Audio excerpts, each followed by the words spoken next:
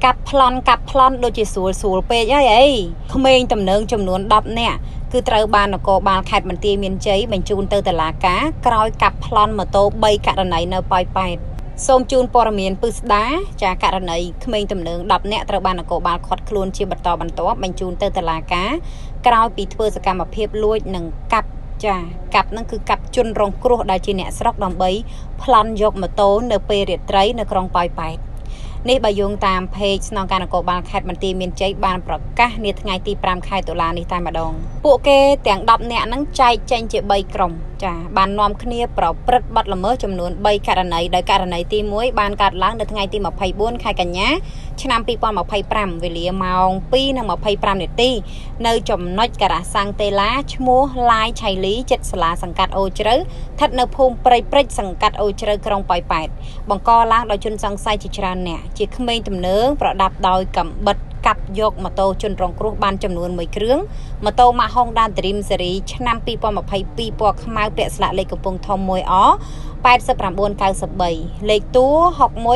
61994ករណីទី2នៅថ្ងៃទី27ខែកញ្ញាឆ្នាំ2025វេលាម៉ោងប្រហែល 10:40 នាទីនៅខាងជើងភ្លើងស្តុបសានកូប្រហែល150ម៉ែត្របង្កឡើងដោយជនសង្ស័យជាច្រើនអ្នកជាក្មេងទំនើងប្រដាប់ដោយកាំបិតកាប់យកម៉ូតូជនរងគ្រោះបានចំនួន2គ្រឿង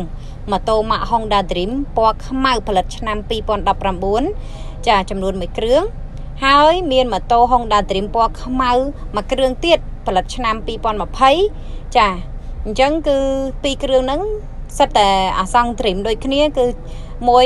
អាសង្ឃ019មួយទៀតអាសង្ឃ020អញ្ចឹងណាបងប្អូនចារីឯករណីទី3គឺនៅថ្ងៃទី1ខែតុលាឆ្នាំ2025វេលាម៉ោង1យប់នៅចំណុចមណ្ឌល8ស្ថិតក្នុងភូមិប្រជាធម្មកើតសង្កាត់អូរស័យក្រុងប៉ោយប៉ែតខេត្តបន្ទាយមានជ័យបង្កឡើងដោយជនសង្ស័យចំនួន4នាក់ជាក្មេងទំនើងជិះម៉ូតូ2គ្រឿងចាមានដាវមួយដើមហើយបំរុងកាប់ទៅលើជនរងគ្រោះហើយជនរងគ្រោះបានរត់គេហៅថា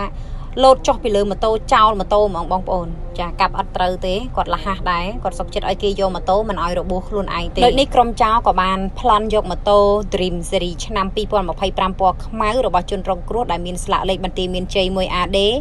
9744បានសម្រាប់អញ្ចឹងសរុបទៅប្លន់ម៉ូតូទាំងអស់3ដងបាន4គ្រឿងចាមានលើកទី2ប្លន់ម្ដងបាន2គ្រឿងបដៅបច្ចុប្បន្នជនសង្ស័យទាំង10នាក់រួមទាំងវត្ថុតាងត្រូវបានបញ្ជូនមកការិយាល័យនគរបាលព្រហ្មទណ្ឌកម្រិតស្រាលដើម្បីសួរនាំបន្តនិងកសាងសំណុំរឿងបញ្ជូនទៅតុលាការចាត់ការបន្តតាមនីតិវិធីសូមបញ្ជាក់ជូនផងដែរថាលទ្ធផលនៃការចាប់ខ្លួនរបស់ក្មេងៗទំនើងដែលជាជនសង្ស័យក្រុមចោរប្លន់ទាំងអស់នេះបានគឺអនុវត្តតាមការដឹកនាំបញ្ជាដ៏ខ្ពង់ខ្ពស់របស់អាយដាមនាយឧត្តមសេនីយ៍ ស ថេត